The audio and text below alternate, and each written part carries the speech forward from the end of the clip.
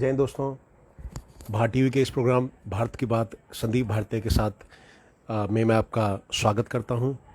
और इसमें हम आपको देश विदेश की खबरें, खेल की, राजनीति की, एंटरटेनमेंट की, सभी तरह की खबरें आपको हम सुनाएंगे।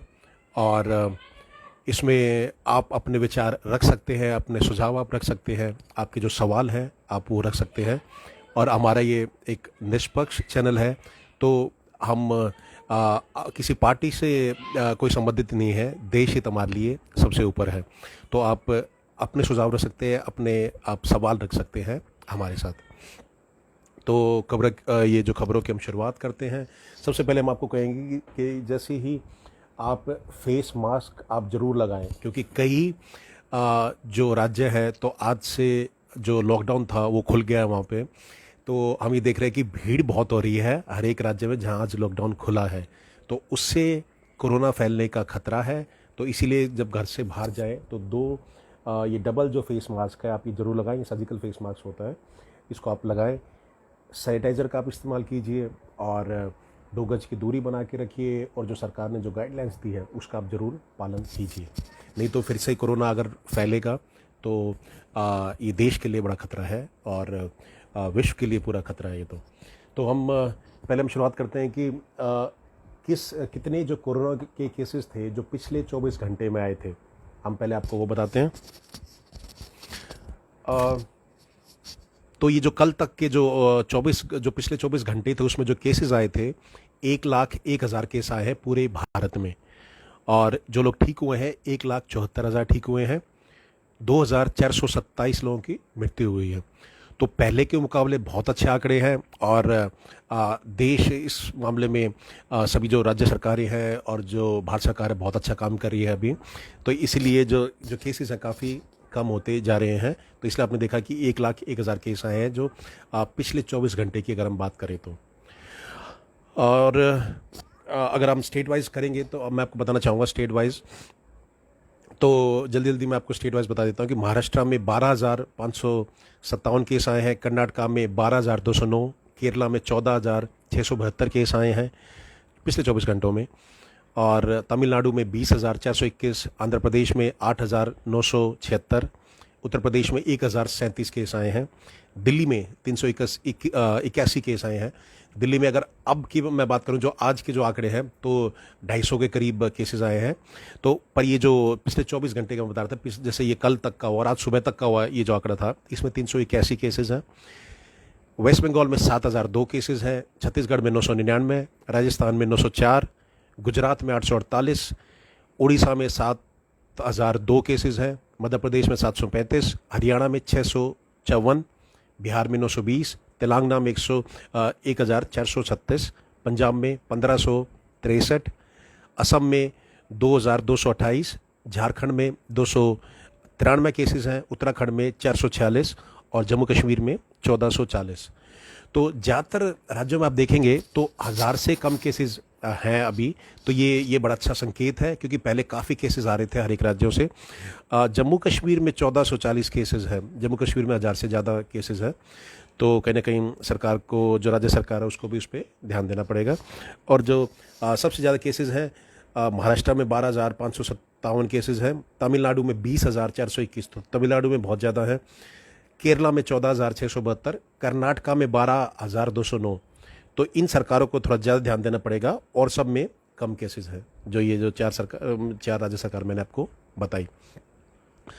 तो इस हिसाब से 2,79,00,000 केसेस आज तक आ चुके हैं भारत में और 2,72,00,000 लोग ठीक हो चुके हैं। मतलब 2,79,00,000 केसेस आए हैं तो 2,72,00,000 लोग ठीक भी हो चुके हैं और 3,49,000 लोगों की मृत्यु हुई है भारत में आज तक। जो दोनों लहर का मैं बात करूं तो पहली लहर और जो दूसरी लहर का मिला के। तो ये थे कोरोना की स्थिति मैंने आपको बताई हर एक राज्यों के हिसाब से, भारत के हिसाब से। अब और खबरों का हम रुख करते हैं। आप भी अपने सवाल पूछ सकते हैं या अपने जो सुझाव है आप वो रख सकते हैं। संजीव शाह जी, आपका बहुत बहुत धन्यवाद जुड़ने के लिए, बहुत बहुत धन्यवाद। आपके कोई सवाल है तो आप वो पूछ सकते हैं। तो मैं सबसे पहले शुरुआत करूंगा जो सबसे बड़ी खबर है आज। प्रधानमंत्री नरेंद्र मोदी जी तो ये आज लाइव आए और उन्होंने जो 10 जो मैं टॉप जो बातें कही उसमें जो 10 जो अहम बातें थी मैं आपको वो बताता हूँ।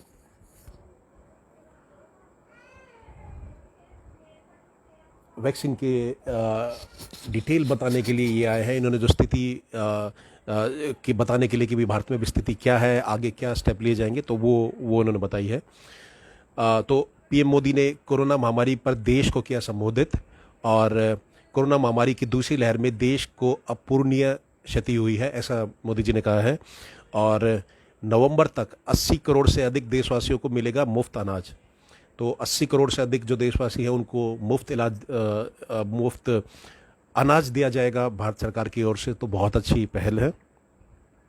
और जो 10 प्रमुख बातें हैं उनके जो संबोधन उन्होंने किया है उसमें मैं आपको बताऊंगा। तो पीएम मोदी ने अपने संबोधन में बताया कि आज जब मैं आपसे बात कर रहा हूं तो देश में 23 करोड़ से ज़्यादा देशवासियों को कोरोना वैक्सीन की डोज दी जा चुकी है।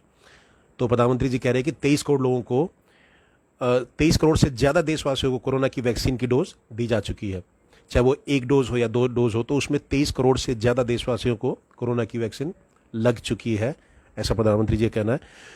और वो कहते हैं कि वैक्सीन हमारे लिए सुरक्षा कवच की तरह है। आज पूरा विश्व में वैक्सीन के लिए जो मांग है उसकी तुलना में उत्पादन करने वाले देश और वैक्सीन बनाने वाली कंपनियां बहुत कम है। तो ये कह रहे हैं कि बहुत कम कंपनियां जो खुद ही बना रही है वैक्सीन, तो इसमें इन्होंने भारत की तारीफ करी है कि 2 वैक्सीन हमने खुद जो निर्मित करी हैं। ये आगे कहते हैं कि आप पिछले 50-60 साल का इतिहास देखेंगे तो पता चलेगा कि भारत को विदेशों से वैक्सीन प्राप्त करने में दशकों लग जाते थे। विदेशों में वैक्सीन का काम पूरा हो जाता था तब भी हमारे देश में वैक्सीन का काम शुरू ही नहीं हो पाता था। तो ऐसा जो पहले की सरकारों पे उस पे मोदी जी ने कहा है कि भाई पहले तो जो हमारा इतिहास रहा है, जो जब से आज़ादी मिली है तो दशकों लग जाते थे वैक्सीन लेने में। जो ये वैक्सीन कोरोना की बात नहीं कर रही, ये जो दूसरे टीके जैसे जो दूसरे टीके लगते थे, पोलियो और जो खसरा, जो अलग अलग जो बीमारी होती है उनके जो टीके लगते थे उनके बारे में कह रहे हैं कि दशकों लग जाते थे भारत में वैक्सीन आने में। पोलियो की वैक्सीन हो, चेचक की वैक्सीन हो, हेपेटाइटिस बी की वैक्सीन हो, इनके लिए देशवासियों को दशकों तक इंतजार किया था, ये मोदी जी कहते हैं। और 2014 में जब देशवासियों ने हमें सेवा का अवसर दिया तो भारत में वैक्सीनेशन का कवरेज सिर्फ 60% के आसपास था। तो सिर्फ 7% लोगों को वैक्सीन लगी थी 2014 तक। मोदी जी कह रहे हैं कि फिर उनकी सरकार आई तो उसके बारे में ये बता रहे हैं। हमने टीकाकरण की रफ्तार भी बढ़ाई और दायरा भी बढ़ाया। हमने बच्चों को कई जानलेवा बीमारियों से बचाने के लिए कई नए टीकों को भी भारत के टीकाकरण अभियान में हिस्सा बनाया, क्योंकि हमें देश के बच्चों की चिंता है, हमें गरीबों की चिंता है। तो मोदी जी ऐसा नहीं बताया ये। वो कह रहे कि आज देश में 7 कंपनियां विभिन्न प्रकार की वैक्सीन का प्रोडक्शन कर रही हैं। 3 और वैक्सीन जो 7 कंपनियां अभी ये कह रहे भारत में बना रही है जो अलग अलग टाइप की जो वैक्सीन है, और 3 और वैक्सीन का ट्रायल भी एडवांस स्टेज में चल रहा है। जब नीयत साफ होती है, नीति स्पष्ट होती है, निरंतर परिश्रम होता है तो नतीजे भी मिलते हैं, ऐसा मोदी जी कह रहे हैं। और जो बड़ी बात उन्होंने जो कही, वो कह रहे हैं कि हर आशंका को दरकिनार करके भारत ने 1 साल के भीतर ही 1 नहीं बल्कि 2 made in India vaccine launch कर दी हैं। कोविशील्ड की ये बात कर रहे हैं। हमारे देश ने वैज्ञानिकों ने ये दिखा दिया कि भारत बड़े बड़े देशों से पीछे नहीं है। तो अगर हम ग्लोबली हम बात करें तो और देशों से भारत पीछे नहीं है, ऐसा मोदी जी कह रहे हैं। सरकार ने यह भी साफ कर दिया है कि प्राइवेट अस्पताल वैक्सीन की कीमत के ऊपर केवल 150 रुपये ही सर्विस चार्ज ले सकेंगे। तो जो वैक्सीन की जो कीमत होगी उसके ऊपर सिर्फ 150 रुपये सर्विस चार्ज लेंगे, उससे ज़्यादा जो प्राइवेट हॉस्पिटल है वो चार्ज नहीं करेंगे। हमने कहने कि ये देखा था, कोई हॉस्पिटल वैक्सीन के लिए 250 रुपये ले रहा है, कोई 700 रुपये ले रहा है, कोई 1200 रुपये ले रहा है, कोई 1800 रुपये ले रहा है कि भाई वो ड्राइव इन वैक्सीन के लिए 1800 रुपये भी लिए जा रहे हैं। तो कहना कि कीमत बहुत ज़्यादा है ये, तो उसको समांतर होना चाहिए था। तो आप भी लगा लो कि 2 वैक्सीन की जो कीमत थी, कोवैक्सीन और कोविशील्ड की, तो 18-20 अलग अलग कीमतों के हिसाब से पैसे लिए जा रहे थे प्राइवेट हॉस्पिटल्स के द्वारा, अगर मैं बात करूं तो ये कह रहे हैं, मोदी जी ने कहा है कि भाई कीमत के प्राइवेट अस्पताल वैक्सीन की कीमत से ऊपर केवल 150 रुपये ही सर्विस चार्ज ले सकेंगे और वो एक्स्ट्रा चार्ज नहीं करेंगे। अब तक देश के करोड़ों लोगों को मुफ्त वैक्सीन मिली है। अब 18 वर्ष की आयु के लोग भी इसमें जुड़ जाएंगे।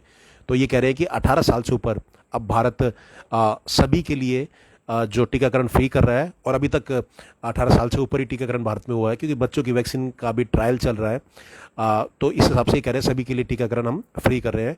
जो लोग भी वैक्सीन को लेकर आशंका पैदा कर रहे हैं, अफवाहें फैला रहे हैं, वो भोले भाले भाई बहनों के जीवन से बहुत बड़ा खिलवाड़ कर रहे हैं। ऐसी अफवाहों से सतर्क सतर्क रहने की जरूरत है, ऐसा मोदी जी कहते हैं। प्रधानमंत्री गरीब कल्याण, और इन्होंने ये बात भी जोड़ी उसमें कि प्रधानमंत्री गरीब कल्याण अन्न योजना को अब हम दिवाली तक आगे बढ़ाया जाएगा। महामारी के समय में सरकार गरीब की हर जरूरत के साथ उनके साथी बनकर खड़ी है। यानी नवंबर तक 80 करोड़ से अधिक देशवासियों को हर महीने तय मात्रा में मुफ्त अनाज उपलब्ध किया जाएगा। तो ये बहुत अच्छी घोषणा की गई है। वो कह रहे हैं कि भाई दिवाली तक जो प्रधानमंत्री गरीब करोड़ से ज़्यादा फ़ायदा ले सकेंगे, 80 करोड़ से ज़्यादा प्रधानमंत्री गरीब कल्याण अन्न योजना का फ़ायदा ले सकेंगे। तो बहुत ही अच्छी ये सरकार ने पहल करी है। और इसमें अब मैं आपको मोटी मोटी बात बता दूं कि इसमें पहले हुआ क्या था कि पहले तो केंद्र सरकार वैक्सीन लगा रही थी, तो फिर राज्यों ने ये बोला कि भाई हमें भी इसमें लगाने का जैसे अधिकार होना चाहिए, या हमें ये राइट्स मिलने चाहिए, या हम अपने हिसाब से इसको हैंडल करना चाहते हैं। तो केंद्र सरकार ने क्या किया कि राज्यों को दे दिया भाई कि आप करो। ये जो 18 साल से जो 44 साल की उम्र की जो वैक्सीन थी, इन्होंने राज्यों को अधिकार दे दिए कि आप ही इसे मार्केट से, ग्लोबल मार्केट से आप इसे खरीदो, और आप अपने हिसाब से इसके बार्गेनिंग करो, और तब आप अपने राज्य में लगाओ। तो शुरू में तो ये सभी राज्य ये मांग कर रहे थे, बहुत सारे राज्य इनफैक्ट ये मांग कर रहे थे, लेकिन फिर बाद में पता चला कि जैसे बाहर जाते हैं दूसरे देश से जब बार्गेनिंग करते हैं, तो कई देशों ने मना भी कर दिया कि भाई हम इंडिविजुअल राज्यों को वैक्सीन नहीं देंगे, हम सरकार को, जो भारत सरकार है उसको वैक्सीन देंगे। तो फिर सभी राज्य कहने लगे ये तो सरकार का दायित्व था। तो कहीं ना कहीं हमने जैसे पहले भी बताया था आपको भारतीय में, ये भारत सरकार की भी ये कमी थी, उनको राज्यों को ये नहीं देना चाहिए था कि भाई तुम राज्यों को अधिकार देने के लिए कि तुम खुद ही जाके वैक्सीन का मोल भाव करो। ये नीति गलत थी।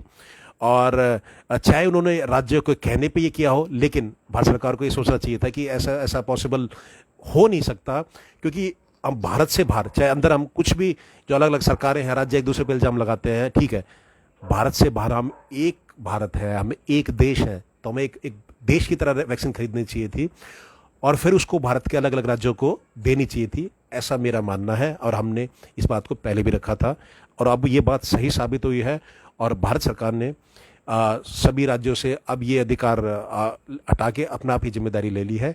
अब वो 75% वैक्सीन वो सभी को पूरा फ्री देंगे, और जो 25% वैक्सीन है हॉस्पिटल खरीद सकते हैं, और हॉस्पिटल उस पर केवल 150 रुपये सर्विस चार्ज लगा सकेंगे, और लोगों तक ये सुविधा पहुंचा पाएंगे। तो जिसको सरकार से जो वैक्सीन लगानी है, 75% जो वैक्सीन भारत सरकार जो दे रहा है, तो वो सरकारी हॉस्पिटल में जाके लगा सकता है। लेकिन कुछ लोग ऐसे हैं कि वो कहते हैं कि भाई हमें तो प्राइवेट हॉस्पिटल में लगानी है, उनको शायद ऐसा वो ये कहते हैं कि भाई हमें सरकारी जो अस्पतालों में जो सुविधा वो ठीक नहीं लगती, और क्या पता वो क्या कहते हैं वैक्सीन ठीक हो ना हो, ऐसे लोग आशंका करते हैं। लेकिन हम कहना चाहेंगे कि आपको लगानी चाहिए सरकारी हॉस्पिटल में। अगर आपको ऑप्शन मिल रहा है, आपका स्लॉट बुक हो रहा है, तो सरकार ने बड़ी अच्छी व्यवस्था करी है। तो लेकिन अगर आप खुद फिर भी आप चाहते हैं कि प्राइवेट हॉस्पिटल में लगाएं, तो 25% वैक्सीन प्राइवेट हॉस्पिटल खरीदेगा, जिससे फिर आप वहाँ जाके वैक्सीन लगा सकते हैं। तो ये भारत सरकार का कहना है। लेकिन ये जो अनाउंसमेंट तो मोदी जी ने करी है आज, तो उसमें जो अनाउंसमेंट करी थी, उसमें कुछ जो विपक्षी दल है, तो उन्होंने तारीफ भी करी है और साथ में तंज भी कसा है। तो वो मैं आपको बता दूं कि कैसे किसने क्या बोला है। क्योंकि थोड़ा सा हमारे देश में क्या है कि एक दूसरे की टांग खींचने की आदत है सभी सरकारों को, जो खासकर जो विपक्ष है, अगर सरकार कुछ करती है तो उसके विपक्ष को, मतलब एक बात बताओ आप कि उनको राइट तो है कि आप जो आलोचना करो, जो नीतियां गलत है, लेकिन हर एक चीज़ में आलोचना करो, हर एक बात पे आलोचना करो, वो कहीं वो ठीक नहीं है। वो उनके लिए भी ठीक नहीं है और भारत के लिए ठीक नहीं है, और जो गरीब जनता है हमारी, जो हमारे भाई बहन है, उनके लिए कहीं ना कहीं ये खिलवाड़ होता है कि आप हर एक काम में आपको ये लगता है कि भाई मोदी जी ने कर दिया तो भाई इसके अगेंस्ट ही हमें जाना है, चाहे वो ठीक हो या ना हो। कोई गलत बात है तो आप करो, 100 बार आप उसकी क्या कहते हैं क्रिटिसाइज करो उस बात को, लेकिन हर एक बात के लिए करना ये ठीक नहीं है, और ये भारत के लिए ठीक नहीं है। और तो जो अलग अलग पार्टियों ने जो कहा है, तो उसके मैं आपको बता दूं, जो विभिन्न पार्टियों ने जो इसके बारे में, जो मोदी जी ने जो ऐलान किया है, उसमें जो देश को संबोधन किया था, उसमें तो प्रधानमंत्री मोदी जी ने सोमवार को देश के नाम संबोधन दिया है और पीएम मोदी ने कोरोना संकट पर पूरा जो स्पीच अपने उसमें रखा है। उन्होंने भारत की को कोरोना महामारी से जंग जीतेगा, उन्होंने ऐसा बोला है। और हमें भी पूरा विश्वास है कि भारत ये जल्द से जल्द ये जंग जरूर जीतेगा सभी के सहयोग से। और उन्होंने संबोधन में उन्होंने दिवाली तक मुफ्त राशन की घोषणा करी है। और दूसरी लहर में मद्देनज़र केंद्र सरकार ने अप्रैल 2021 में गरीब परिवारों के लिए एक बार फिर से प्रधानमंत्री गरीब कल्याण अन्न योजना का ऐलान किया था और वही उसको इन्होंने एक्सटेंड कर दिया है नवंबर तक। और वही पीएम मोदी के संबोधन के बाद विपक्ष से लेकर सरकार के नुमाइंदे तक के बयान सामने आए हैं। केंद्र के मुफ्त टीकाकरण अभियान पर आप विधायक, जो आम आदमी पार्टी के विधायक है राघव चड्ढा, तो उन्होंने कहा कि सुप्रीम कोर्ट की खिंचाई के बाद केंद्र ने यह फैसला लिया है, हम इसका स्वागत करते हैं। तो कहीं ना कहीं ये चीज़ बड़ी शर्मनाक है। आप तारीफ कर रहे हैं कि हम इसकी सराहना करते हैं, लेकिन खिंचाई के बाद ये क्या तंज हुआ। तो ये मेरे ख्याल से मैं ये समझता हूँ कि दिल्ली सरकार को भी ये सीखना चाहिए। परेशानी क्या होती है, कोई भी जब भारत सरकार का निर्णय होता है तो जैसे केजरीवाल जी मुख्यमंत्री है, उन्होंने वो तारीफ कर देते हैं और वो होता क्या है, जो उनके जो एमएलए है वो उस बात के अपोज करके वो क्या कहते हैं, कुछ ना कुछ तंज कस देते हैं। फिर होता क्या है, संबंध खराब होते हैं दिल्ली सरकार के भी और भारत सरकार के बीच में जो संबंध है। क्योंकि कहीं ना कहीं आदमी को फिर जब आप हर एक चीज़ पे अगर छिटाकनी करोगे तो उसको भी फिर बुरा लगता है। तो आपस में इस हिसाब से होता क्या है, जो दिल्ली वाले बीच में पिस जाते हैं। तो ये तंज कसना सही नहीं था, मैं ये बताता हूँ। इसलिए मेरा दिल्ली सरकार से निवेदन है कि अगर आपको कोई सेंटर अगर आपको कोई काम कर रहा है, आप ये देखिए, आप दिल्ली की सरकार है, सब आपको सपोर्ट करते हैं और आप जनता के द्वारा मतलब चुन के आए हैं दिल्ली सरकार। ऐसे ही भारत सरकार भी जनता के द्वारा चुन के आई है। आप तो दिल्ली के लिए आई है, पूरे भारत के लिए आई है। तो कृपया इनका थोड़ा सम्मान कीजिए, तभी और जो सुविधा है वो दिल्ली वालों तक पहुंच पाएंगी, ऐसा मेरा मानना है। तो इन्होंने कहा कि भाई खिंचाई के बाद इन्होंने करा है, लेकिन हम स्वागत करते हैं। तो इसको थोड़े अच्छे शब्दों में भी बोला जा सकता था। और आगे ये कहते हैं कि हमारी राघव चड्ढा जी, हमारी मांग राष्ट्रीय टीकाकरण अभियान चलाने की भी थी, जिनकी अनदेखी की गई। अब देखो, इन्होंने अब और आगे इल्ज़ाम लगा दिए कि भाई जिनकी अनदेखी की गई, सुप्रीम कोर्ट के लगातार मशक्कत के बाद ही आखिरकार जाग गया केंद्र, ऐसा इनका कहना है। तो कोई जो बात होती है उसके जो शब्द कहने में एक तो उसको तंज कस के किया जा सकता है और एक सराहना की जा सकती है, ये सबको पता है। तो ये हमारी निवेदन है दिल्ली सरकार से भी कि जनता की अगर आप भलाई चाहते हैं तो कृपया ऐसी टीका टिप्पणी ना किया करें और जितना सहयोग हो उसके अनुसार सहयोग लें और आप अपना काम भी करें। और छत्तीसगढ़ के जो स्वास्थ्य मंत्री हैं टीएस सिंहदेव, उन्होंने कहा है कि सभी के लिए मुफ्त टीकाकरण 6 महीने पहले ही लागू हो जाना चाहिए था। छत्तीसगढ़ में जहां कांग्रेस पार्टी की सरकार है, तो उन्होंने ये कहा है कि भाई स्वास्थ्य मंत्री ने कि ये टीकाकरण नीति तो 6 महीने पहले ही लागू हो जानी चाहिए थी, लेकिन देर आए दुरुस्त आए। अभी आप देखिए, सभी विपक्ष के ना कुछ तंज तो जरूर कसेंगे, चाहे तारीफ करें साथ में तंज तो कसना ही है। तो कह रहे हैं कि मुफ्त टीकाकरण 6 महीने पहले ही लागू हो जाना चाहिए था, लेकिन देर आए दुरुस्त आए। केंद्र सरकार को पहले भी वैक्सीन नीति में कोई बदलाव नहीं करना चाहिए था। निजी अस्पतालों को दी गई वैक्सीन की 25% डोज बहुत ज़्यादा थी, ऐसा ये कह रहे हैं। और आईएमए जो इंडियन मेडिकल एसोसिएशन है, इसके अध्यक्ष डॉक्टर जे जयलाल ने कहा कि भारत सरकार द्वारा सभी के लिए सार्वभौमिक टीकाकरण की इस महत्वपूर्ण घोषणा के लिए हम पीएम मोदी का धन्यवाद करते हैं। और आईएमए प्रधानमंत्री द्वारा शुरू की गई टीकाकरण अभियान का लगातार और सक्रिय रूप से समर्थन कर रहा है, आईएमए के अध्यक्ष ने ऐसा कहा है। बिहार के मुख्यमंत्री नीतीश कुमार ने कहा है कि मैं 18 साल से ऊपर के लोगों के लिए मुफ्त टीका की घोषणा करने और प्रधानमंत्री गरीब कल्याण अन्न योजना की दिवाली तक बढ़ाने के लिए पीएम मोदी का धन्यवाद देता हूं।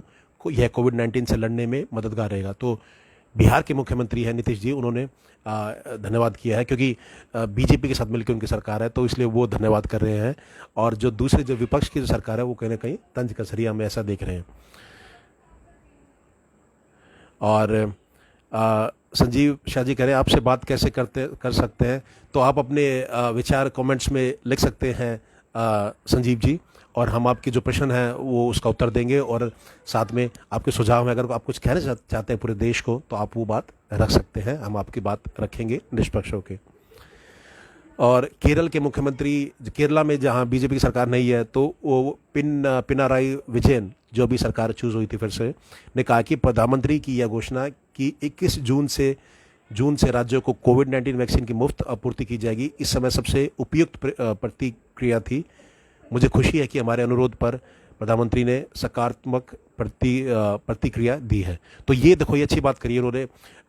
जो केरल के मुख्यमंत्री, उन्होंने कहा कि भाई हमें ये बड़ा अच्छा काम किया उन्होंने, और मैंने इसके लिए हमने रिक्वेस्ट करी थी और प्रधानमंत्री ने इसको माना है। तो ऐसे कहने का तरीका होता है, ना कि तंज कस के, क्योंकि उससे क्या होता है, आपके खुद ही संबंध खराब होते हैं भारत सरकार के साथ या अपने दूसरे राज्यों के साथ भी, और देश हित में भी बिल्कुल नहीं है ये, मैं आपको ये बता दूं, इसलिए मैं आपको कह रहा हूँ।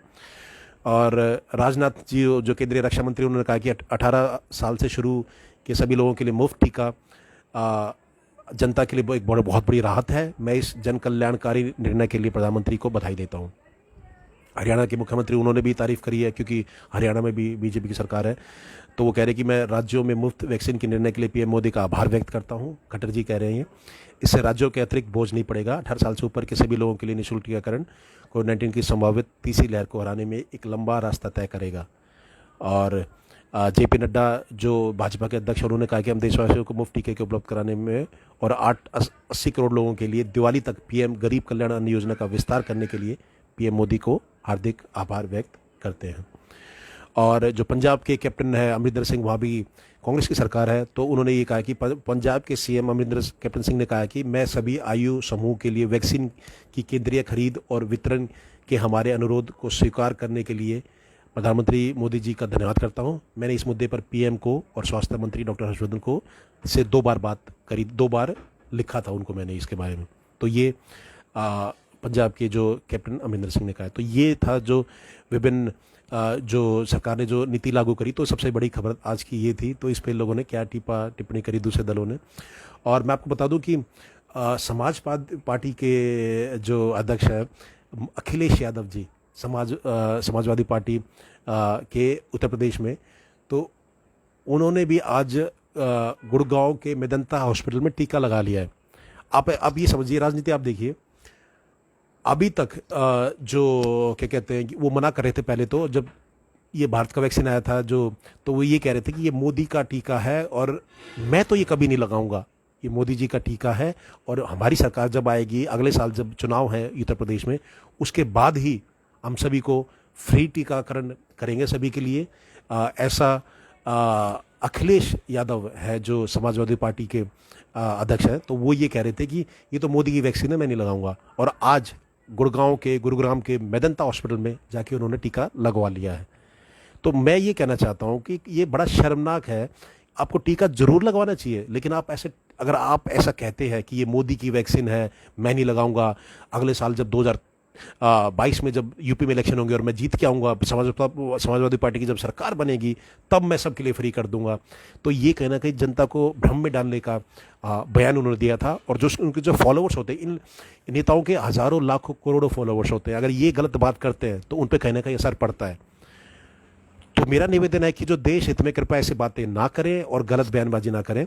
ऐसे आप ये देखिए कि जो किसान नेता है टिकैत, इन्होंने भी, जहां ये किसान बैठे हुए आंदोलन के लिए, वहां किसानों को मना करते हैं कि वैक्सीनेशन नहीं कराएंगे, ये वहां टेस्टिंग भी नहीं होने देते, और खुद जाके टीकाकरण करा लिया, इन्होंने टीका लगवा लिया है।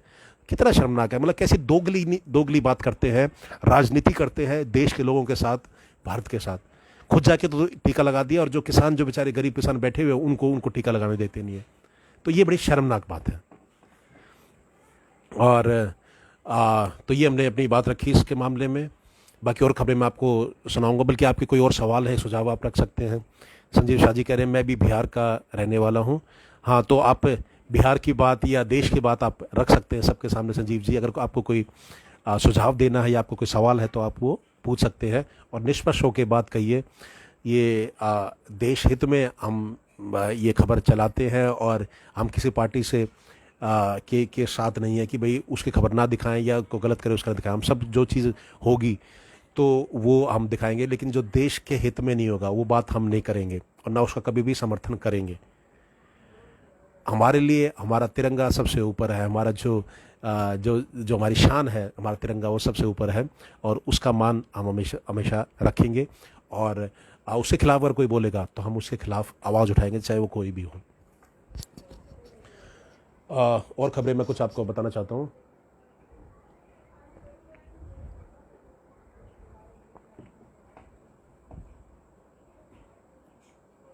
फ्री वैक्सीन के लिए, मुफ्त अनाज का ऐलान के लिए योगी और शिवराज जी, जो योगी मुख्यमंत्री हैं उत्तर प्रदेश के, शिवराज जी हैं मध्य प्रदेश के, तो उन्होंने इसका मोदी जी का धन्यवाद किया है। और ये जो विनय कटियार हैं तो वो ये कह रहे हैं कि पश्चिम बंगाल में लगे राष्ट्रपति शासन, ममता को भेजा जाए जेल। तो विनय कटियार कह रहे हैं कि भाई राष्ट्रपति शासन लगना चाहिए बंगाल में जिस तरह से घटनाक्रम हो रहे हैं, तो और ममता बनर्जी जो मुख्यमंत्री हैं उनको जेल भेजा जाना चाहिए। तो भारतीय जनता पार्टी के नेता विनय कटियार की मांग की है कि पश्चिम बंगाल में राष्ट्रपति शासन लगाया जाए। और वो कहते हैं कि ने कहा कि पश्चिम बंगाल में लगातार कानून व्यवस्था खराब होती चली जा रही है, राज्य में लगातार हिंदुओं पर हमले हो रहे हैं, गवर्नर बार बार असंवैधानिक स्थिति के मुद्दे को उठाते हैं, लेकिन पश्चिम बंगाल की ममता सरकार इन पर कोई कार्रवाई नहीं कर रही है। विनय कटियार जी आगे कहते हैं कि बीजेपी नेता ने आगे कहा कि अब बंगाल के लिए एक ही विकल्प है, वो है राष्ट्रपति शासन, और फिर राष्ट्रपति शासन लगाकर हिंसा की जांच हो और ममता बनर्जी के साथ ही दूसरे लोगों को भी जेल में डाला जाए, ऐसा विनय कटियार ने बोला है। और उन्होंने कहा कि योगी आदित्यनाथ कहीं नहीं जा रहे हैं, उत्तर प्रदेश में कोई भी नेतृत्व परिवर्तन होने नहीं जा रहा है, होना भी नहीं चाहिए, क्योंकि अब तो शंखनाद हो चुका है। ऐसे में अब अगर कैप्टन बदलेंगे तो नैया डूबेगी भी। कुछ लोग ऐसे ही जिनका अपना इंटरेस्ट है वह नहीं चाहते कि योगी का नेतृत्व दूसरी बार सरकार बने। तो विनय कटियार कह रहे हैं कि भाई उत्तर प्रदेश में कुछ लोग ये आशंका लगा रहे थे कि योगी की फिर से वापसी होगी कि नहीं होगी, मतलब बीजेपी उनको चूज़ करेगी कि नहीं करेगी अगले साल जो इलेक्शन के लिए। तो वो कह रहे हैं कि उसमें योगी रहेंगे, और कुछ लोग अपने इंटरेस्ट के लिए ये शंका पैदा कर रहे हैं कि योगी मुख्यमंत्री के पद के लिए दावेदार नहीं होंगे अगले साल चुनाव के लिए।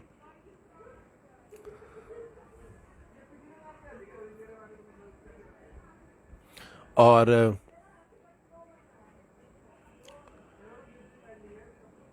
जो पेट्रोलियम जो मंत्री हैं धर्मेंद्र प्रधान, तो उन्होंने बयान दिया, वो कह रहे हैं कि केंद्रीय पेट्रोलियम एंड प्राकृतिक गैस मंत्री धर्मेंद्र प्रधान ने सोमवार को देश में पेट्रोल डीजल के दाम में हो रही वृद्धि के लिए वैश्विक बाजार में कच्चे तेल के दाम में आई तेजी को जिम्मेदार बताया है। तो ये कह रहे हैं कि जो वैश्विक बाजार में जो कच्चे तेल की कीमत है तो वो बढ़ गई है, इसलिए पेट्रोल और डीजल में जो इजाफा हो रहा है। धर्मेंद्र प्रधान ने माना है कि हाल ही के दिनों में पेट्रोल डीजल के दाम बढ़े हैं। उन्होंने कहा है कि पेट्रोल डीजल को माल एवं सेवा कर जीएसटी के दायरे में लाने के बारे में अगर कोई भी निर्णय जीएसटी परिषद को लेना पड़ेगा। तो कह रहे कि अगर ये जीएसटी के दायरे में आता है ये, तो उससे मैं आपको बता दूं कि पेट्रोल और डीजल के दाम कम हो जाएंगे। तो ये कह रहे हैं कि उसका निर्णय जीएसटी परिषद को लेना पड़ेगा। माना जा रहा है कि पेट्रोल डीजल को जीएसटी के दायरे में लाने से इनके दामों में कमी आ सकती है। उन्होंने कहा कि धर्मेंद्र प्रधान कहते हैं कि पेट्रोलियम पदार्थों के दाम बढ़ने के लिए मुख्य वजह अंतर्राष्ट्रीय बाजार में कच्चे तेल के दाम $70 प्रति बैरल पर पहुंच जाना है। इससे घरेलू बाजार में भी दाम बढ़ गए हैं, जिससे उपभोक्ताओं पर नकारात्मक असर पड़ा है। भारत अपनी कुल जरूरत का 80% तेल आयात करता है। तो ऐसा उन्होंने कहा है, और इसके आगे भी हम खबर आपको बताते रहेंगे। तो जो पेट्रोल डीजल के प्राइस हैं वो देश के कई राज्यों में तो वो बहुत ज़्यादा बढ़ गए हैं। तो हमारे भी ये मानना है कि उसको कम होना चाहिए। अब ये सरकारों को, भारत सरकार को और जो राज्य सरकार को आपस में तय करना है कैसे इसका समाधान निकाला जाए, क्योंकि जो टैक्स लेता है भारत सरकार तो उस पर लेती है, जो अलग अलग जो स्टेट की जो सरकारें हैं वो भी, उनका भी टैक्स होता है आपके जो पेट्रोल के प्राइस में, डीजल के प्राइस में। तो वो इल्ज़ाम लगा देते हैं भारत सरकार के ऊपर, लेकिन उनको अपना भी तो कम करना चाहिए। जो स्टेट का, अगर आप कितने कम करा आपने अपने स्टेट में, ये भी देखना चाहिए। तो कहीं ना कहीं तालमेल बिठाने की ज़रूरत है और सभी सरकारों को मिल के इस पर काम करना चाहिए, ताकि लोगों को जो कीमत है वो कम कीमत पेट्रोल और डीजल मिल सके, क्योंकि वो बहुत ज़रूरी है। और एंटीगुआ पुलिस के 8-10 लोगों ने मुझे बुरी तरह पीटा, फ़ोन और वॉलेट छीना। मेहुल चौकसी जो भगोड़े हैं और एंटीगुआ भागे हुए हैं, भारत का जो पीएनबी बैंक के साथ जो घोटाला हुआ था उसके तहत ये 13,500 करोड़ रुपए के घोटालेबाज इनके पर जो आरोप था, तो देश छोड़ के एंटीगुआ ये भाग गए थे। और अब वो वहीं है कुछ वर्षों से। तो ये कह रहे हैं कि एंटीगुआ पुलिस ने कि 8-10 लोगों ने ना, वो ये कहते हैं कि एंटीगुआ पुलिस के अधिकारी हैं और उन्होंने मुझे बुरी तरह पीटा, मेरा फ़ोन और वॉलेट भी छीन लिया। तो ऐसा उनका इल्ज़ाम है। तो कहीं ना कहीं ये बहानेबाजी कर रहे हैं ये, और ये भागना चाहते हैं। इनको भारत लाने की उम्मीद, क्या कहते हैं, कहीं ना कहीं मुहिम चला रखी है भारत सरकार ने कि इनको जल्दी से देश लाया जाए। ये उस पर बहानेबाजी कर रहे हैं, और कुछ वो है नहीं। और इनका मैं आपको बयान बता दूं क्या कह रहे हैं। वो कह रहे हैं कि भारत में से करोड़ रुपए का गबन करके भागे हीरा व्यापारी मेहुल चोकसी ने अपनी कथित पिटाई के लिए एंटीगुआ पुलिस में शिकायत दी है। मेहुल चोकसी ने कहा कि एंटीगुआ पुलिस से होने का दावा करने वाले 8-10 लोगों ने मुझे बुरी तरह पीटा और मेरा फ़ोन, घड़ी और बटुआ छीन लिया, ऐसा ये कह रहे हैं। तो अपनी एक ये कहानी बता रहे हैं। और मेहुल चोकसी ने एंटीगुआ पुलिस में दी गई अपनी शिकायत में कहा है कि 8-10 लोग जो एंटीगुआ पुलिस के होने का दावा कर रहे थे, उन्होंने मुझे बुरी तरह पीटा, इतना कि मैं मुश्किल में से होश में आया था। उन्होंने मेरी फ़ोन, घड़ी, वॉलेट छीन लिया। उन्होंने मुझसे कहा कि वो मुझे लूटना नहीं चाहते हैं और उन्होंने मेरे पैसे वापस लौटा दिए। तो ये कह रहे पैसे वापस लौटा दिए पर मुझे बुरी तरह पीटा। और बता दें कि मेहुल चोकसी फिलहाल डोमिनिका में पुलिस की हिरासत में है। अब वो डोमिनिका चले गए थे, वो कह रहे थे मेरा अपहरण हो गया वहाँ पे, एंटीगुआ से डोमिनिका चले गए, वहाँ मेरा अपहरण हो गया। तो नई कहानी उन्होंने बताई। तो भारत सरकार का विमान भी गया था डोमिनिका से लेने के लिए, लेकिन कहीं ना कहीं उनको वापस लौटना पड़ा। और मेहुल एंटीगुआ से 23 मई की शाम अचानक गायब हो गए थे। उसके बाद 26 मई को डोमिनिका के आंतरिक सुरक्षा मंत्रालय ने उसके डोमिनिकल कस्टडी में होने की पुष्टि करी थी। 23 मई को ये गायब हो गए थे और 26 को ये डोमिनिका में मिले थे। अब जो एंटीगुआ के जो प्रधानमंत्री हैं, उन्होंने कहा कि भाई इन्होंने क्या करा है, मेहुल चोकसी ने, जो विपक्ष है एंटीगुआ में, उसको पैसे खिला दिए हैं ताकि ये यहीं पे रह सके और भारत की वापसी ना हो सके। तो ये उनको फंडिंग कर रहे हैं जो विपक्ष की पार्टियों को, इसलिए इतने टाइम से वहाँ ये रुके हुए हैं एंटीगुआ में। तो ये उनका कहना है। तो स्थिति पे हम आपको और अपडेट करते रहेंगे। और 30 मई को डोमिनिका की जेल से मेहुल चोकसी की कुछ तस्वीरें मीडिया में आई थी, जिसमें वो अपनी चोट का निशान दिखाते नजर आ रहा था। उसके बाद उसके हाथ पर चोट के निशान थे। बता दें कि चोकसी पंजाब नेशनल बैंक के साथ कथित तौर पर 13,500 करोड़ रुपए की धोखाधड़ी के मामले में वांटेड है। तो पंजाब नेशनल बैंक से के साथ ये धोखाधड़ी में 13,500 करोड़ रुपए की धोखाधड़ी में ये वांटेड है और भारत से भागे हुए हैं। ये हमने खबरें बताई आपको, और दूसरे भी हम आपको खबरें बताएंगे। एक जो खबर थी आपने सुनी होगी कुछ समय पहले, थी कि भाई दिल्ली सरकार ने दिल्ली में जो शराब है वो घोषणा कर दी कि भाई उसको आप ऑनलाइन या एप्लीकेशन के थ्रू आप बुक करा सकते हो, घर में आपको शराब मिलेगी। भारत टीवी इस जो फैसला है इसकी कड़ी निंदा करता है। पहले तो आम आदमी पार्टी की सरकार ने जो एज थी, उम्र थी, 25 साल से घटाकर 21 साल कर दी कि जो शराब पी सकते हैं दिल्ली में 25 साल से 21 साल है। कितना शर्मनाक है। जो हमारे युवाओं को आप शराब में झोंकना चाहते हैं क्या? आप ये बताइए। ऊपर से आपने एक नया फैसला ले लिया कि आपको घर बैठे शराब देंगे। ये शर्म की बात नहीं है क्या? अब जो युवा थे जो छुप छुप के, मान लो अगर हम ये कहेंगे शराब लेने जाते थे, अब तो सीधा ऑर्डर करेंगे। और आपने क्या कह दिया, एप्लीकेशन और जो वेबसाइट के थ्रू आप डायरेक्टली ऑर्डर कर सकते हैं। तो इन्होंने जो 2010 का जो फैसला जो रूल बना था इसके में एक्साइज का जो रूल था, तो उसको चेंज करते हुए 2021 का नया ये एक्साइज का रूल निकाल दिया। और इसमें कह सकते हैं कि भाई आप एप्लीकेशन और क्या कहते हैं जो वेबसाइट के थ्रू आप बुक कर सकते हैं। पहले अगर आपको उस रूल के हिसाब से फैक्स या ईमेल करना पड़ता था तो कोई लोग करते नहीं थे। आप एक बताइए, कोई फैक्स करेगा शराब मंगवाने के लिए कि भाई, और या ईमेल करेगा? तो सब सोचते कि इसमें शायद उनको ज़्यादा डर लगता था। और जो अच्छी बात थी कि एक डर था, इसलिए लोगों ने ऑर्डर नहीं करी। इन्होंने ये सीधा एप्लीकेशन और ऑनलाइन कर दिया है। अब बहुत सारे लोग शराब मंगाएंगे, और जो हमारा युवा है, मुझे उसकी सबसे बड़ी चिंता है। तो कोई भी आम आदमी पार्टी का नेता इस बात को जस्टिफाई कर दे कि बहुत ये युवाओं के फेवर में कदम है 25 साल से 21 साल उम्र करना शराब पीने की, और क्या कहते हैं ऑनलाइन शराब ऑर्डर करना, तो कोई भी जस्टिफाई कर दे। देश हित में ये कैसे संभव है, मुझे समझ में नहीं आता।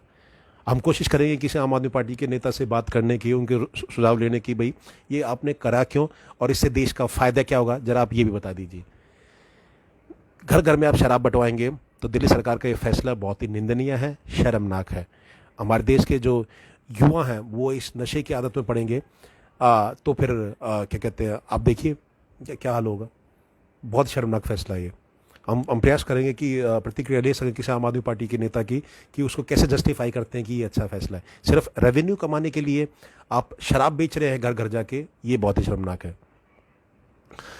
प्रवीण कुमार देवन भाई को बहुत बहुत धन्यवाद जुड़ने के लिए। और बहुत अच्छे इंसान हैं और समाज की मदद करने का भी समय समय पर प्रयास करते हैं। बहुत बहुत धन्यवाद प्रवीण जी। तो ये हमने बात रखी शराब के लिए कि जो दिल्ली सरकार ने ऑर्डर आए हैं कि भाई ऑनलाइन आप मंगा सकते हैं। दिल्ली में सरकार क्या कहते हैं, एप्लीकेशन के थ्रू और वेबसाइट के थ्रू। बहुत ही शर्मनाक है। इसका हम विरोध करते रहेंगे, और चाहे कोई भी जस्टिफाई इसे करे, हम बिल्कुल नहीं मानेंगे कि ये मेरे भारत के एक हक में है, मेरे देश के युवाओं के हक में है। और कुछ खबरें मैं आपको बताना चाहूँगा कि पुणे में, महाराष्ट्र पुणे में एक केमिकल फैक्ट्री में आग लग गई है और 18 लोगों की उसमें मौत हो गई है। तो जो पुणे में जो फैक्ट्री में आग लगी है, तो बहुत ही दुखदायक बात है। 18 लोगों की उसमें मृत्यु हो गई है। बाकी आज में जो भी अपडेट होगा हम आपको बताएंगे। अब राहुल गांधी ने एक नया सवाल उठाया। वो कह रहे कि अगर टीके सबके लिए मुफ्त है तो निजी अस्पताल पैसे क्यों लेंगे। ये कह रहे कि अगर सभी के लिए फ्री, कह रही है मोदी जी ने बोला है, तो निजी अस्पताल में भी जो प्राइवेट हॉस्पिटल्स हैं वो पैसे क्यों लेंगे, ऐसा इनका सवाल है। तो विपक्षी तो हमेशा आदत रही है कि टिकट टिप्पणी हर एक चीज़ में करने की। पॉजिटिव अगर आप साथ सरकार के साथ मिलकर कदम उठाना चाहते हैं तो वो करना चाहिए, वही देश के हित में होता है। हर एक चीज़ में सवाल टिप्पणी करना वो जनता के हित में नहीं है।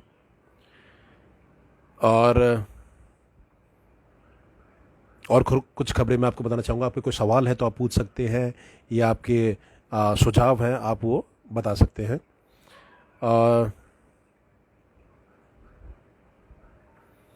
प्रियंका चतुर्वेदी है जो समाज क्या कहते हैं, जो शिवसेना की पार्टी से जुड़ी हुई हैं, तो उन्होंने स्वास्थ्य सचिव को लिखा है, पत्र लिखा है। वो कह रहे कि छात्रों के वैक्सीनेशन की समस्या को किया उल्लेख। तो वो बता रहे कि भी छात्रों का वैक्सीनेशन होना चाहिए।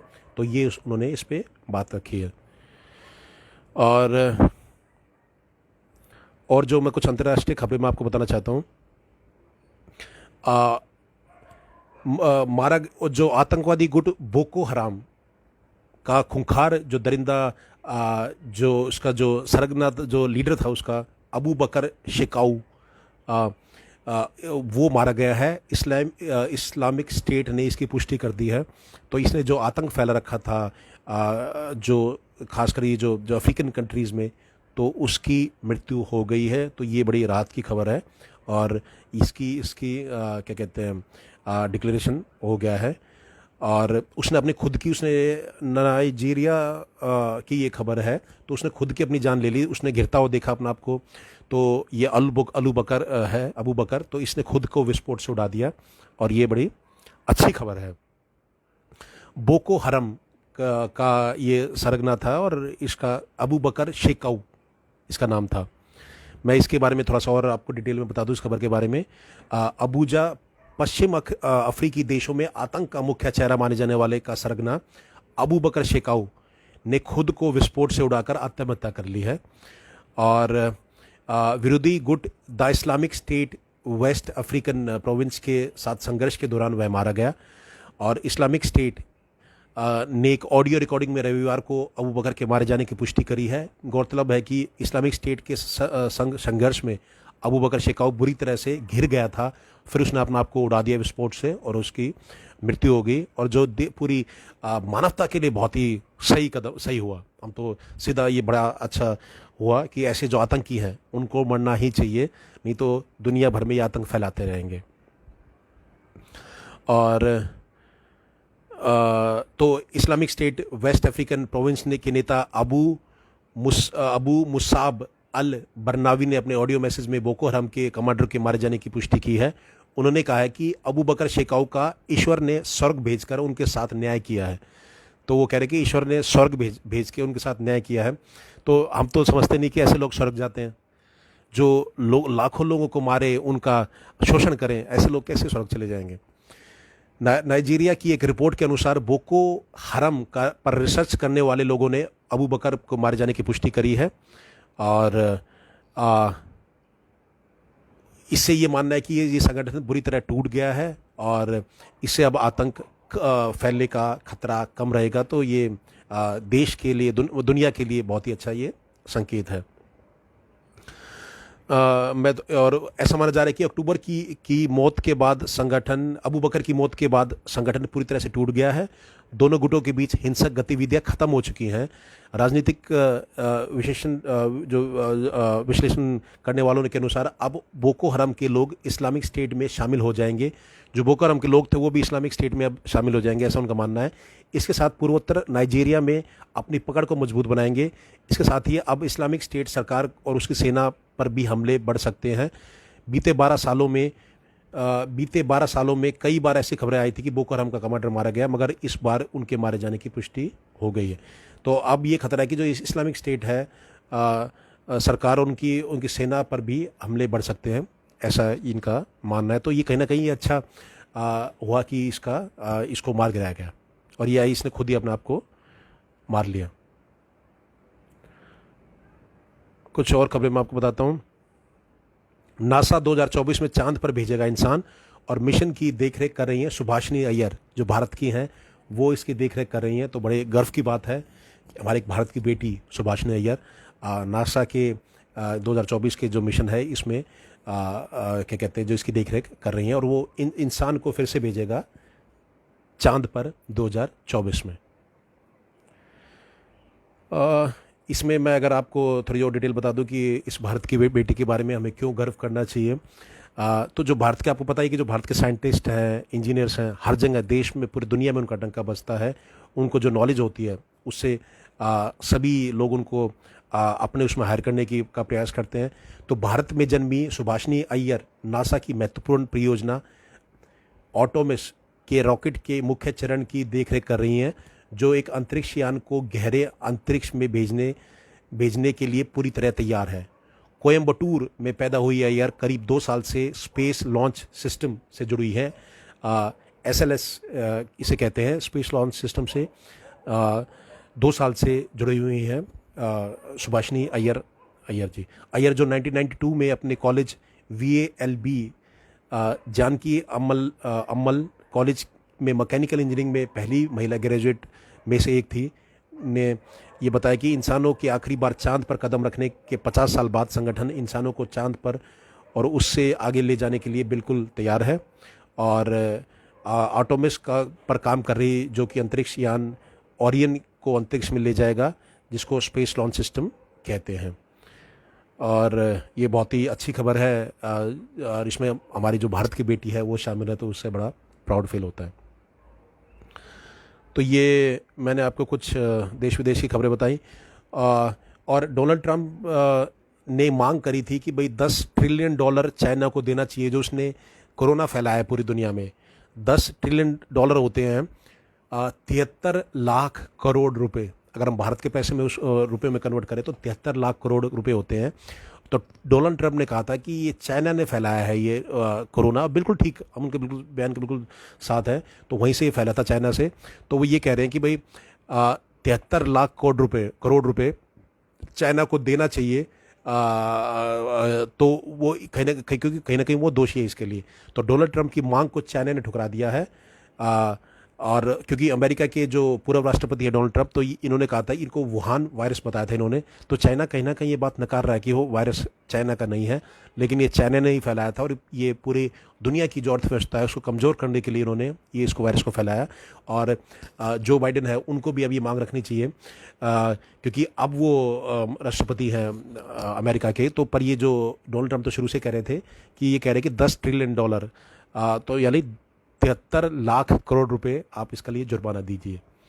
और इकोनॉमी है जो 12 ट्रिलियन है चाइना की, 19 ट्रिलियन अमेरिका की है, और 3.4 ट्रिलियन इंडिया की इकोनॉमी है। तो आपने कई बार सुना होगा, मोदी जी कहते हैं कि 5 ट्रिलियन तक हमें लेके जाना है हमारी जो GDP है। तो कहीं ना कहीं इसीलिए तो 12 ट्रिलियन तो जो उसकी जो अर्थव्यवस्था है जो है चाइना के पास, चाइना का है, तो वो 10 ट्रिलियन की मांग डोनाल्ड ट्रंप ने करी है। और सभी ऐसे धीरे धीरे सभी देश उस पर दबाव बनाएंगे, तभी चाइना इस बात को मानेगा, नहीं तो अन्यथा वो मानने वाला नहीं है इस बात को। तो ये कुछ अंतर्राष्ट्रीय खबरें थी। और कुछ और मैं जल्द से मैं आपको और खबरें भी बता दूं। अ,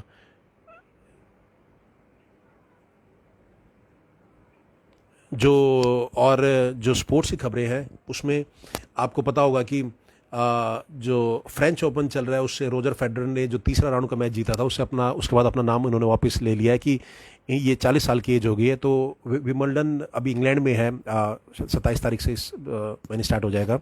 तो उसमें ये अपने आप को बेस्ट देना चाहते हैं रोजर फेडरर, इसलिए फ्रेंच ओपन जो चल रहा है उसके जो थर्ड राउंड के जीतने के बाद इन्होंने अपना नाम वापस ले लिया है।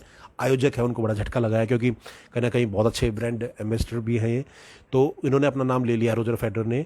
और अब ये विंबलडन जो इंग्लैंड में खेला जाता है, विंबलडन ओपन होता है, तो साल में 4 जो ग्रैंड स्लैम होते हैं, प्रमुख जो 4 ग्रैंड स्लैम में से एक है विंबलडन। तो उसके लिए अपना नाम वापस ले लिया इन्होंने। और इंग्लैंड और जो न्यूजीलैंड के बीच जो टेस्ट मैच था वो ड्रॉ हो गया है। टेस्ट मैच चल रहा था अभी इंग्लैंड और न्यूजीलैंड के बीच में, तो उसके बारे में मैं आपको बता दूं। इंग्लैंड ने पहली पारी में 275 रन बनाए थे, उसके जवाब में न्यूजीलैंड ने 378 रन बनाए थे। नहीं, पहले पहले न्यूजीलैंड की पहले पारी थी, अब मैं आपको माफ़ी चाहूँगा। न्यूजीलैंड ने 378 रन बनाए थे और इसमें जो इनके ओपनर थे उन्होंने धोरस तक लगाया था।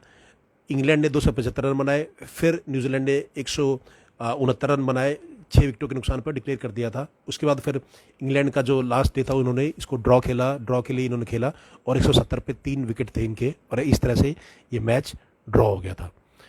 और इसका अगर मैं आपको स्कोर कार्ड 378 जो बनाए थे, तो कॉनवे करके खिलाड़ी हैं जो न्यूजीलैंड के लिए ओपनर हैं जो अभी, तो पहले ही मैच में ये रन आउट हुए, अभी 200 रन बनाए इन्होंने, 378 में से 200 रन बनाए। तो बहुत बड़ी उपलब्धि है कि पहले मैच में आप आके 200 रन बना दो। युवा एक बल्लेबाज है और रन आउट हो गए थे फिर ये 200 रन पे। और ये अफ्रीका से, दक्षिण अफ्रीका से थे, तो वहाँ से ये मूव करके न्यूजीलैंड आए थे। तो दक्षिण अफ्रीका ने एक बेहतरीन खिलाड़ी को खो दिया और यहाँ इन्होंने ये 200 रन बनाए। तो अब ये भारत के लिए भी खतरा हो सकता है कि भारत और न्यूजीलैंड का अभी 16 तारीख से मैच है। भारत का न्यूजीलैंड का जो वर्ल्ड चैंपियनशिप है उसका फाइनल है, तो उसमें भारत को इनके खिलाफ अच्छी रणनीति अपनानी होगी क्योंकि 200 रन पहले ही मैच में बना दिए इन्होंने, टेस्ट मैच में। तो ये कुछ स्पोर्ट्स के अपडेट थे जो मैंने आपको दिए। और अब कुछ मनोरंजन के लिए की जो खबरें हैं वो भी मैं आपको बता दूं।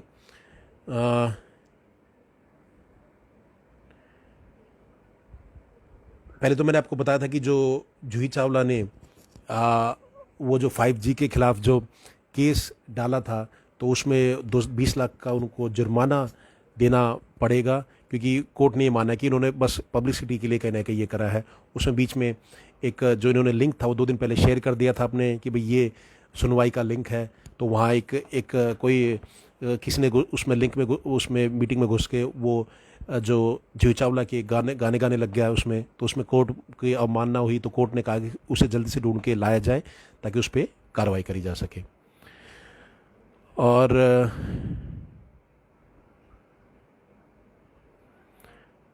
और भी आपके कोई सवाल हैं तो आप वो पूछ सकते हैं, या आपके कोई सुझाव है तो वो आप रख सकते हैं। सोनाली बेंद्रे ने अपने शेयर किया जो कैंसर के इलाज में दौरान उनकी जो फ़ोटो थी, तो बहुत ही दुबली पतली हो गई थी, सिर पे बाल नहीं थे, तो वो फ़ोटो उन्होंने शेयर करी है। और उन्होंने कहा कि भाई बीमारी से लड़ते हुए इनकी ऐसी हालत हो गई थी।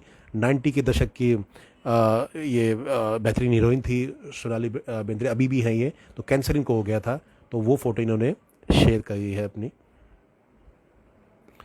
और एवलिन शर्मा ने शादी कर ली है, ये कुछ कई फिल्मों में नज़र आई हैं। ये जवानी है दीवानी में रणबीर कपूर और दीपिका पादुकोण के साथ भी नज़र आई थी। और एवलिन शर्मा ने ऑस्ट्रेलिया में भारत मूल के डेंटल सर्जन डॉक्टर तुषान भिंडी से शादी कर ली है, तो उनको शुभकामनाएं। बड़ी खुशखबरी की बात है उनके लिए, और तो उनको हम शुभकामनाएं देते हैं। एवलिन शर्मा के बारे में आपको बताया। तो ये थी बहुत सारी जो खबरें हमने आपको बताई। तो इसमें हमने हर एक खबर आपको बताई जो देश की खबरें थी, जो मुख्य भारत मोदी जी का जो भाषण था हमने वो उसके बारे में आपको बताया। विपक्ष का क्या है उस पर रवैया रहा है वो हमने आपको बताया। और जो फिर हमने आपको अंतर्राष्ट्रीय खबरें बताई, और फिर जो खेल की खबरें हमने आपको बताई, मनोरंजन की आपको खबरें बताई। तो ऐसे ही भारत टीवी के इस प्रोग्राम में भारत की बात संदीप भारती के साथ में हम ऐसे आपको खबरें सुनाते रहेंगे। आपकी भी अगर कोई सवाल है तो आप पूछ सकते हैं, और आपके कोई सुझाव है तो आप वो रख सकते हैं। और परवीन भाई कहते हैं कि keep on doing the good job, all the very best. तो ये शुभकामनाएं दे रहे हैं। आपकी शुभकामनाओं के लिए बहुत बहुत धन्यवाद परवीन कुमार धीमन जी। तो फिर से मैं आपको कहूँगा कि कल दिल्ली, सोमवार से दिल्ली और यूपी में कुछ लॉकडाउन खुल गया था, कुछ हिस्सा तो 50% मॉल्स भी खुलेंगे, और मेट्रो में भी 50% लोग जा सकते हैं। तो आप ध्यान रखिए, क्योंकि भीड़ काफ़ी हो गई है उसके खुलने से।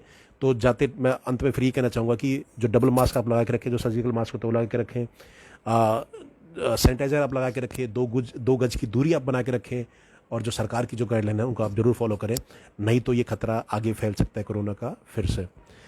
और ऐसे ही सब मिल के रहें, अपने अच्छे कार्यों से अपने देश का नाम रोशन करें, अपने परिवार का नाम रोशन करें, हमारे जो तिरंगे का मान रखें, और कुछ भी ऐसा काम ना करें जिससे भारत माता को शर्मनाक हुआ जाए, या कोई देश के लिए कुछ गलत काम ना करें। ऐसे हम लोग आपसे निवेदन करते हैं। आप सबका जुड़ने के लिए बहुत बहुत धन्यवाद।